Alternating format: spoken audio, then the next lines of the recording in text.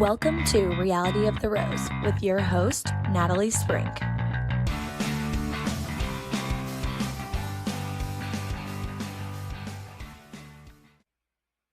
Hey everyone, welcome to episode 226 of Reality of the Rose. I'm your host, Natalie Sprink, your rose for the day and for all days. Thanks for joining me. It has been, again, a little bit since I've been with you. I am struggling with consistency this summer, but I am back. Today I'm going to talk a little bit about my rose and thorns of recent, and also going to discuss a little bit about the podcast, my podcast, as well as recap some reality TV. So first of all, I say discuss my podcast a little bit, and I've done this a little bit already before. Part of the reason, not only because of my schedule this summer, but also I'm just having a little bit of struggle with the podcast. I started, as you know, recapping only The Bachelor. If I'm being honest, that seemed to be more successful for me. I deviated from that, not only because I started myself kind of losing respect for the franchise. I was getting disheartened by the franchise, as well as a lot of other people. And it started to become, well, and now we haven't had a Bachelor for a while. We had the disaster of Taylor Frankie Paul. We just, since I started this podcast, have so many other reality shows that are love-based, dating-based, marriage-based, whatever the case may be. So I just felt like I wanted to continue to expand it to talk about other reality TV. Those type of reality TV shows, also Bravo. So I'm left with, well, hang on, not finished. So then I also have taken a couple different other little turns. I've done my What's It Like to Be, and did quite a few interviews with other women who did a variety of different things in their careers. I've done my little Generations podcast with my mom, my sister-in-law Allie, and my niece. Done some with, quite a few with Allie. I've just kind of done an array of things, and it's hard because this podcast area is so saturated. If you're not either very niche, which I get, recapping Bachelor is very niche, I would say, but also I guess in niche being something a little bit different in my mind, meaning like some specialty that I have or some area of expertise, which I don't have. Unless you're talking reality TV, that's about all I can give. I'm over 50, so I feel like there's something there. But I don't have any, I don't have any expertise necessarily on menopause. I just know what I'm going through. I don't know what the doctors say, and I don't know about this medical research and that medical research. I can only speak for myself. So I've been trying to find what I feel like would be a good fit for me to reach a segment of people that would be interested in it, while not spreading myself too thin over too many different things, if that makes sense. So I've really been struggling with this and trying to figure out, because there's times when I think maybe this just is time to hang up Reality of the Rose. But then I don't want to do that because I enjoy doing it. As I've said before, it's a little bit of my way of just making my voice heard, whether it's one person or 100 or 100,000. That it's not, I can promise. But and maybe it doesn't matter. But there's always that part of a person, or at least part of me, that likes and would desire for this to be a real success and to even make a little bit of money from it if possible, which I don't. It's pocket change, literally, if I make much. And so it's just like a struggle, a pull back and forth. I understand that probably to make it truly successful, I have to contribute more of, probably much more of my time to it than I do, and trying to determine whether I have that amount of time, whether I have it in me to devote that much of my time. I don't know. The next few months will help me, I believe. There's a couple different things that could or could not happen over the course of the next few months that may help to determine that for myself. Um, so yeah, I'm just struggling a bit, which is why I haven't really released all that many episodes, again, on top of the fact that I have just been super busy this summer, and summers in general, as you may know yourself, just kind of get crazy. And speaking of that, I can't believe that it is already August. It like completely blows my mind. And so here we are. I have well, just to end that, it's just something I'm considering. If honestly and for real, if anyone has any suggestions or input about what I just said, or um like topics you would be interested in hearing about, or I don't know, any facet of that, I would absolutely love to hear from you, whether it be in the comments of this podcast itself, whether it be on my Instagram. I would welcome any messages from you all on my Instagram page, which is Reality of the Rose. Anyway, so any input that you would have, I would very much welcome. Um, so yeah, that's where I am with this, and I'm just trying to figure it out. In the meantime, I'm going to try to still, get you some content here, and we shall move forward. All right, Rose and Thorns. So, I mean, probably since the last time I recorded, I've had many Rose and Thorns. But if I'm going to be speaking recently, I would say my Rose and Thorn of recent is the same thing. So, what that is last week we got all new windows in our home. Oh, well, I shouldn't say all new windows. The vast majority of the home got new windows. And this home was built, the home we live in was built in the 90s.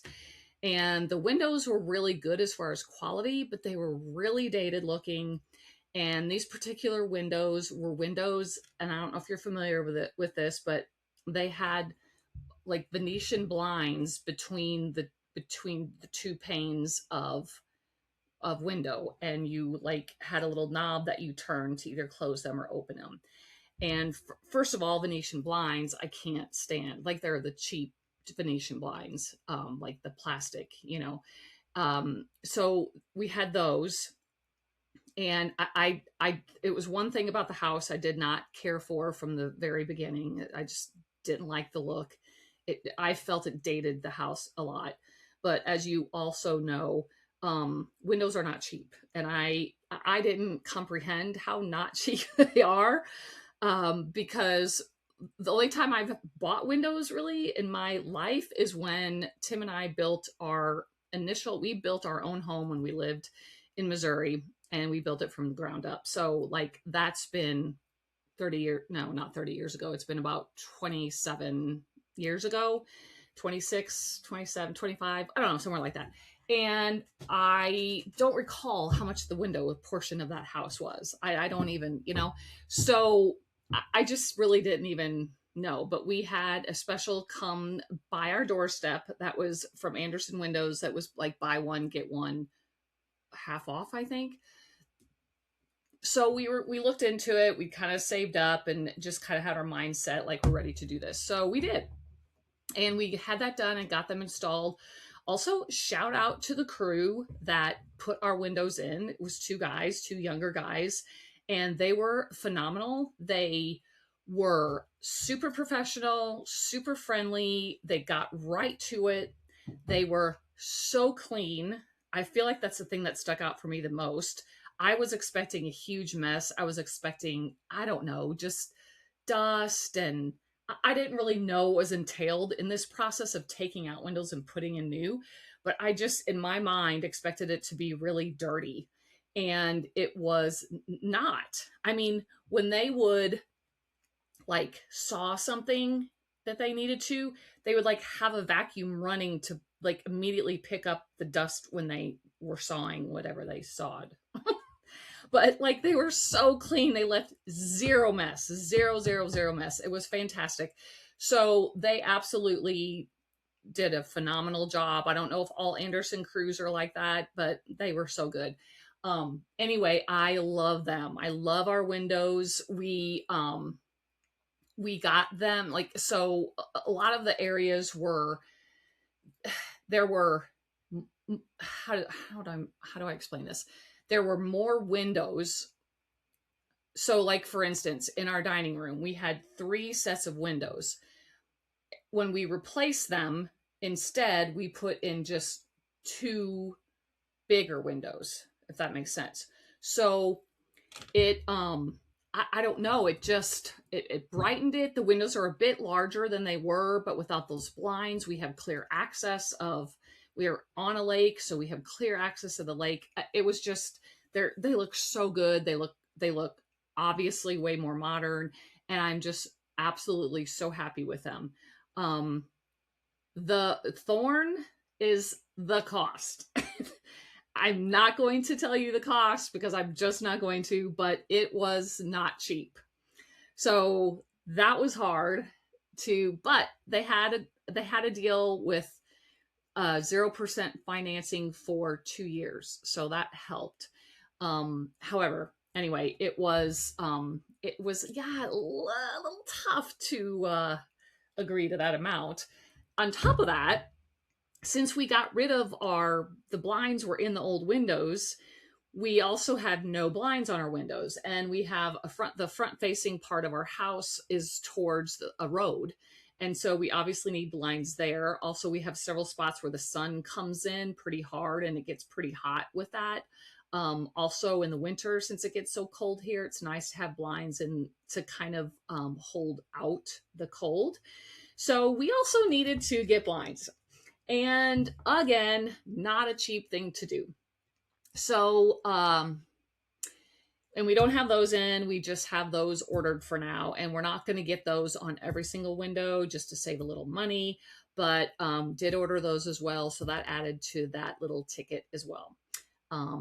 But yeah, I'm really anxious for those to get installed because I think that's really going to like change the look, especially of a couple of the rooms we have new. And yeah, so there's my Rose and Thorn. Ugh, but I do love them. I do love them. The light's coming in from one of them right now. All right, so let's move on to some reality TV. Let's see. So the last time I was with you guys, I sort of did an overall recap of Love Island. Obviously, we're well past that now. And now we are anticipating the reunion. For some reason in my head, I knew it was August 31st. And I can't remember the exact last date of the finale. It was middle of July sometime for Love Island. And for some reason in my head, even though I knew it was August 31st, my head was telling me it was July 31st because it made more sense that 2 weeks later you'd have the reunion.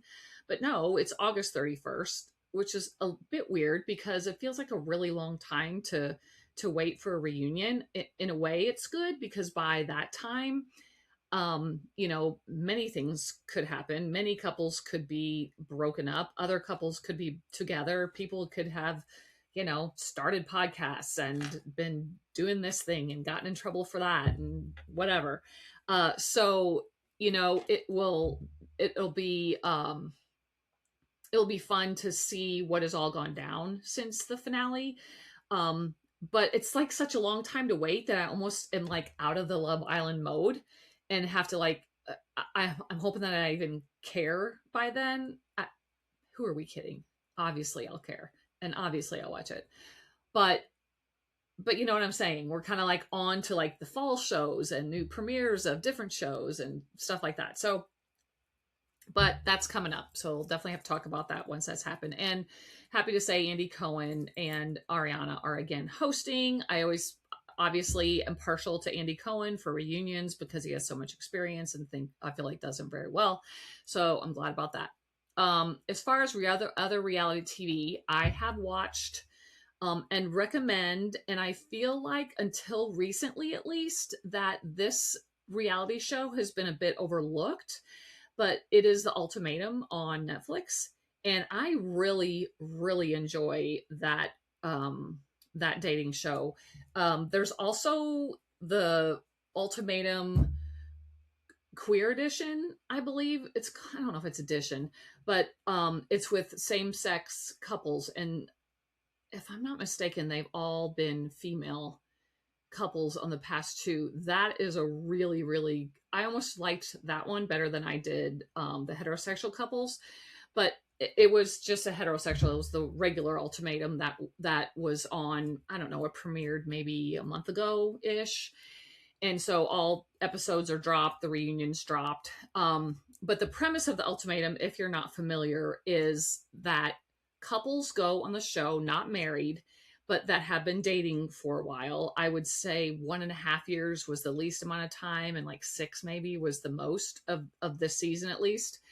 And there are couples that one of the people in the couple wants to get married and the other one is not ready to get married yet. So the one that does is issuing an ultimatum to the other. So what they do is there's usually 6 couples and they come in, and Nick Lachey and Vanessa Lachey host this one as well. Like they do Love is Blind as well. But they come in and wait, what am I trying to say? So they break up, okay? And then they have this speed dating date. This is all like in the first episode.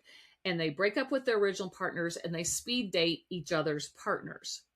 And then they like recouple up. Well, I think they do this for a week. They like date, and obviously they have one evening of speed dating, but then they sort of like find who they're mostly interested in and then kind of like date them, so to speak, for a week. Then they come back together with the hosts and they pick who they want as their new partner, and then they go into a trial marriage with that person for 3 weeks. And they have a trial marriage where they're actually like pretending they're actually married, and then they come back again with the hosts and all together, and they have like little discussions about things that have happened and what, whatever, how it went. And then they get back into their original couple and they go back and have trial marriages with their original couple again. And so the idea is to either leave the show alone, engaged with your original partner, or leave with someone else, meaning the person that you initially got coupled up with. Like the new partner you had got coupled up with for the initial 3 weeks. And the thing that is, okay, so the downside of this show that I think is kind of wild is that what are the chances that you're actually going to make a actual real connection? I mean, so you're like there's 6 couples. So basically, couple A, they each have only 5 other people to pick from. It's not like you have this even like 30 other people to pick from, like in some shows, Bachelor. But you just have 5 other people to pick from. So what are the chances? So that part's a little unbelievable. That being said, I think after watching I think this is season 3. After watching several seasons, I feel like it's more about just seeing qualities that possibly this person has that your partner doesn't, and qualities that you might see that really are out there that you currently don't get, or qualities in your partner that maybe you took for granted that this person has that you don't like. So I feel like it just gives a different perspective, because spoiler alert, don't listen to this next few sentences if you don't want to know. I don't think that there's ever been, in the 3 seasons I've watched, there's not been anyone that has decided to leave with the partner that they, like the other partner that they coupled up with initially. That's not ever happened. Either they're leaving engaged or they're leaving alone. is how every season has ended so far.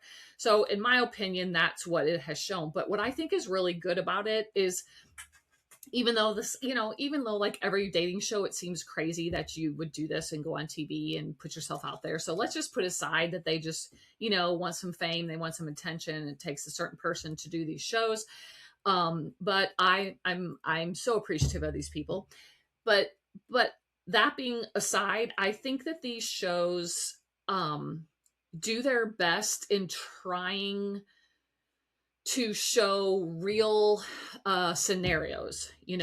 This is kind of one like Love is Blind, where they have real discussions about things that are important, not like Bachelor talk, where they're like, all they do is talk about having a real connection. I really feel like we have same interests. I feel such a connection with you. I'd love to continue this journey with you. You make me feel so special. Like these generic things. They like actually talk about issues that people would talk about, whether it be finances or their religious beliefs or their political beliefs or just like random interests that they have. Like there is this whole discussion, which if you know me and have listened to this podcast, this is me. Sorry, dear Shandy. I know you think it's crazy, but there was a whole discussion between one of the couples about whether we landed on the moon or not, which I don't think we did, but they had this whole discussion. So like, not that that's a deep topic, but it's at least something. It's something that's entertaining. It's something that you would like actually talk about with someone. Like, what movies do you like? And what, I don't know, you just learn about people. So it's interesting, but then obviously there's always like drama that develops, for instance, in this season, there's a couple who is, because it's supposed to be against the rule for you to contact your significant other while you're in your first trial marriage. And there's some people who just completely disobey that rule and whatever. And then drama ensues. But it's really good. I really, really like this show a lot. And a couple of the other podcasts I listen to have started picking up on recapping this one as well. And for good reason. So I would highly recommend The Ultimatum if you haven't watched it already. Also know that it's filmed I guess about a year ago.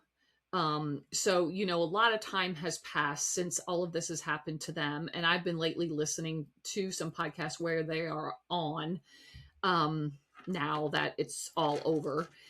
And, they talk about how it's so difficult. Love is Blind is the same way. They talk about how, you go through the experience and you go through what you go through, and then you come out of it and then you sort of like get over it and make peace with it. But then it's aired, and it's not only do you have to rewatch it and like go through it all again, but then you get all of the public's comments and feedback, which makes it even harder. So I always find that so interesting. And, you would think in this day and age with reality shows being so common that you would know going in and being privy to how hard the public can be on those reality stars in the comments and on the internet, and that they definitely would be a risk reward factor as far as being on the show, and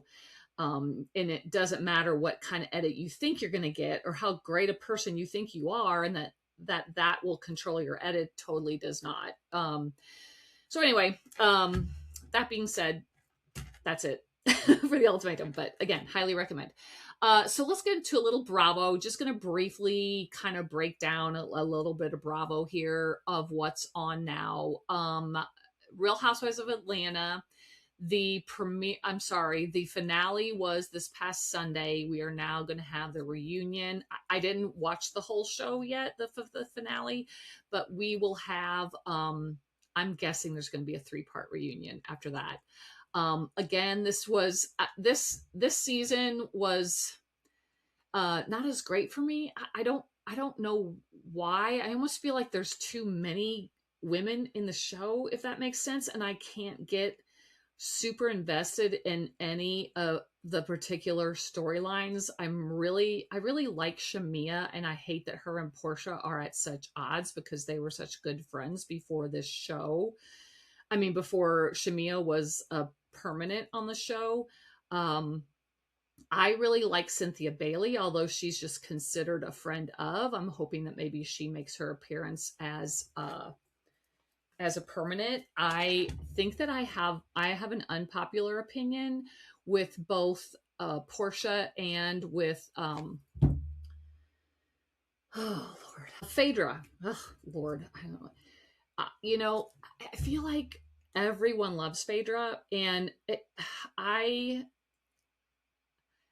she's entertaining. I get why people love her. I do, but I am not really that entertained by people that come off to me as performative. Now, I'm not a long time. I think Real Housewives of Atlanta was the one I started watching like last, if that makes sense. So I've been watching it the least amount of time, I guess. And I know she's been on there forever. So maybe if I had watched it forever, I would feel closer to her. um, but I just feel like she's performative and that she speaks in one liners. And if you know me as well, I hate that. I hate when you don't feel like someone's just talking how they would talk to you on the street. I don't like when reality TV people talk in one liners. It just seems inauthentic, and it doesn't seem like that anyone really does that in real life. I don't know. And I feel like she's always trying to be funny. We got a little bit different perspective of her, and you do get this tidbits of this, but she is advising little tiny Kelly. She is advising Kelly in her divorce, and because she is an attorney, and when she's doing that, she is more on the serious side and then talks more authentically, and you don't feel like she is performing for the cameras actually. So, and she's more serious then. She's not trying to be funny in everything she says. So I really enjoy her in those roles. But anyway, but I so that was okay. This season was okay with. I'm not super sad to see it end.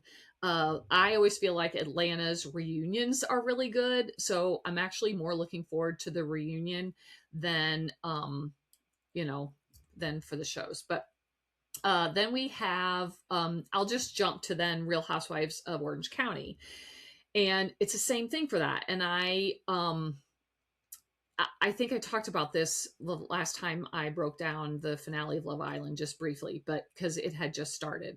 But the same holds true for this. Now, I used to say Orange County was my favorite, um, or it was at the top, and I will now say that it's on the lower on the list now, because I now, especially since they've added Vicky Gundelson back, and I get she's an OG.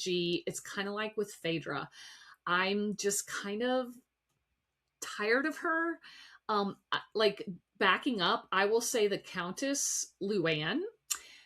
I think she can also be performative for the TV, but for the TV, for the camera, but it's in a different way. And for some reason, I don't mind her as much. She irritates me a little bit, but Vicky just seems like she's not. And maybe I'm wrong. Maybe that actually is her and she is just that way.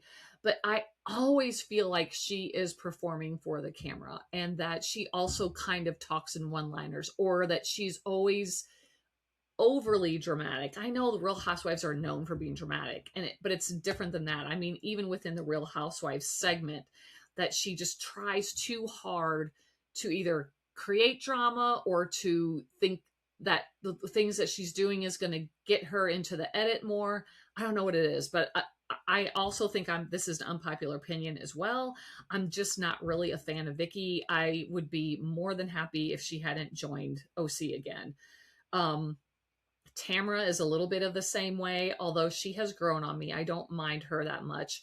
I feel like, Emily and Gina, who are like best friends, I think that they get a lot of criticisms, but I almost enjoy them the most. I feel like they are maybe the most relatable to like a real person, and talk about uh like don't maybe hide real things that they're going through, or they don't filter themselves, maybe is what I'm trying to say, as much as some of the other women do. And I know that some of you may be laughing, being like, there's no housewife that filters themselves. But just from watching so much of it, I can like, you can tell the people that are still trying to like keep a certain image of themselves, their housewives image, versus like what they might really be in true life. And I think that Gina and Emily seem to me more like how they would be in true life. I also really like Heather. I think she's really funny, and she can be very pretentious, but I really think she's one of the funnier ones on the show, and I don't think she's really trying that hard. So I like Heather. The storylines so far are, we're not really in super deep with any of the storylines. I'm trying to even think where we're at. I know that Jen is, what are our storylines now? Oh my. Jen and Tamra are finally good with each other. They've been struggling with each other for a long time. Shannon and Tamra and Vicky were always the three amigos, I think they call their little group. And so Tamra and Shannon had been in a feud the past couple years. But now I think they're all, for the most part, good with each other. So I anticipate probably a little bit more trouble there going down the road. I think we're only on like episode 4 this week. Shannon also can be performative for the cameras like Vicky, but especially when she's like she's really that way with physical humor. Like anytime she's supposed to like say jump in a bouncy house, she acts like that she absolutely can't do that, and that at every jump she's falling down, and that she's tripping, and then she's stumbling, and it's almost like it's a joke. It's weird, I think, because I don't think that's really happening. So she's weird about the physical humor, and I don't know, it's strange. But then other times I think she's hilarious with the little I feel like when she's not trying to be funny, she's more funny than when she's trying to be funny. Um, so yeah, we're just, again, I feel like I'm just still getting used to the storylines. Like I said, right now I'm even struggling to come up with what the hardcore storylines even are. I'm actually going to check. Hang on here. Okay, so yeah, I googled this, and I forgot there is a new housewife, and her name is Carmela, and I am not a real fan so far.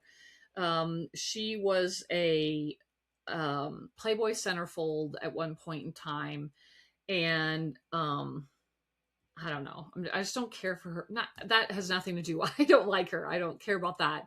But she did something else. But like those are her claims to fame. But they had this scene on last episode where like her daughters, I think, are like 14 and 17 or something, and like yeah, I'm judging here. But apparently she gave Emily for her birthday a little Dior clutch purse, and then also in the gift bag was a vibrator. And so she was talking about that with her daughters, and her daughters were like, yeah, we were on Amazon and we saw like 15 other vibrators. And she's like, hey, like she was joking as if they were for herself. And she was having like this like open conversation about vibrators. And then one of her kids like was supposed to be at school, or they both, I don't know. She was like, why aren't you at school? And she's like, I don't know, I just don't want to go. And she's like, your dad's going to get so mad, you've missed so much school. And she's just talking to her like, oh well, I don't know. I just think that's so strange. And not that I'm sure parenting on television is you're never going to win, and they can, I guess, edit it the way they want to, but I just thought that was strange. And that turned me off from her.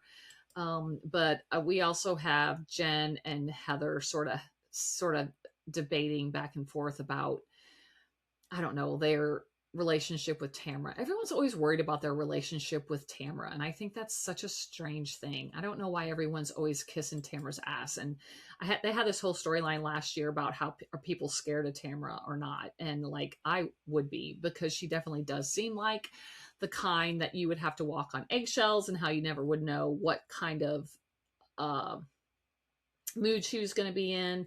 So I get it. Okay, so enough about that. Let's see. Let's jump into the Valley. The Valley is also having their finale is tonight, I believe, and then they will be jumping into a 3-part. Oh wait, maybe they finished. I'm having to Google everything. Yes, sorry. The finale was last week, and the reunion starts this week, and it's a 3-part reunion.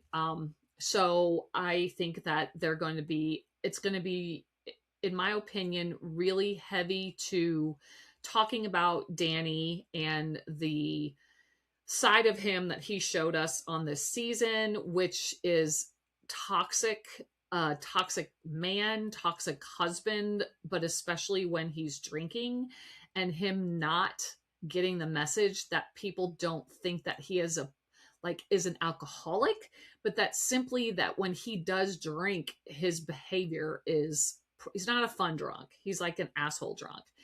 And so like that was just the way he talked to Nia, his wife, and just how he acted like a freaking idiot. I mean, I guess a lot of drunks act like idiots, but I always have liked Danny, really have.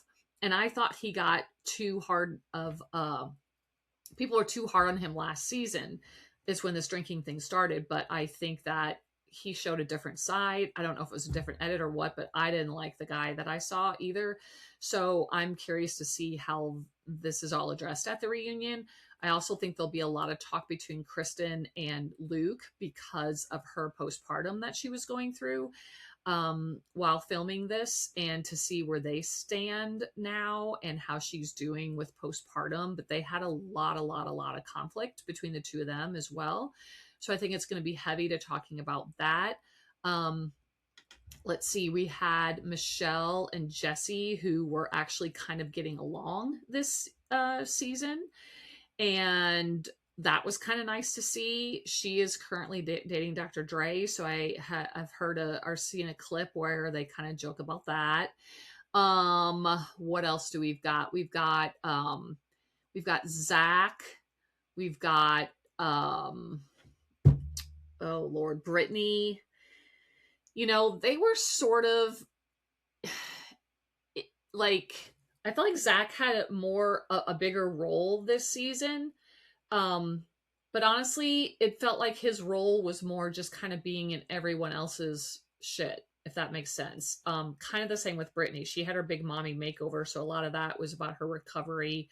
I guess she has been feeling lately that Zach has been taking, like, they're very, very long time friends, and I guess she has felt a lot like he has not sided with her and has sided against her in a lot of things. So I think they're going to address that. But I thought this season was really good. I always hear a lot of heat about the Valley and people not liking it and feeling like it's so dark. And they do have some dark topics, but I think that relates more to being more relatable and things that maybe other people go through that they like to see that play out. You know, God bless these people for putting themselves out there and showing those parts of their lives. But I have to commend them. I know I've spoken on that before, but I like the Valley. I've heard rumor that they've not been picked up for a 4th season. I don't know if that's true, and I really hope it's not true. Because I do. I enjoyed the show. I really enjoyed this season. I enjoyed Jack's not being on the show. I enjoyed seeing like Michelle and Jesse get along. I just in general liked it a lot. So go the Valley. We also have In the City ended, and they had a 2-part reunion. And you know, just since that's already done and over with, I guess we didn't learn a lot in the reunion. There was a big debate again with Amanda and Kyle, and they went back and forth with, the whole West thing. That got readdressed. Amanda spoke on it a lot. I won't say more, but better than she did in the Summer House reunion. Um, she was more vocal. I think it's interesting that, West wasn't there, obviously, where he was there during the Summer House reunion, as was Sierra, who she had to make accountability to directly and failed to. So it only being Kyle there and knowing that Kyle has been pretty supportive of her during this whole time, I feel like that she was supposed to be. She also was on beta blockers during the Summer House reunion, and she was not apparently for this reunion. So I guess there was that, but also the fact that she didn't have Sierra looking across from her, nor West next to her, and maybe just that being like an awkward thing.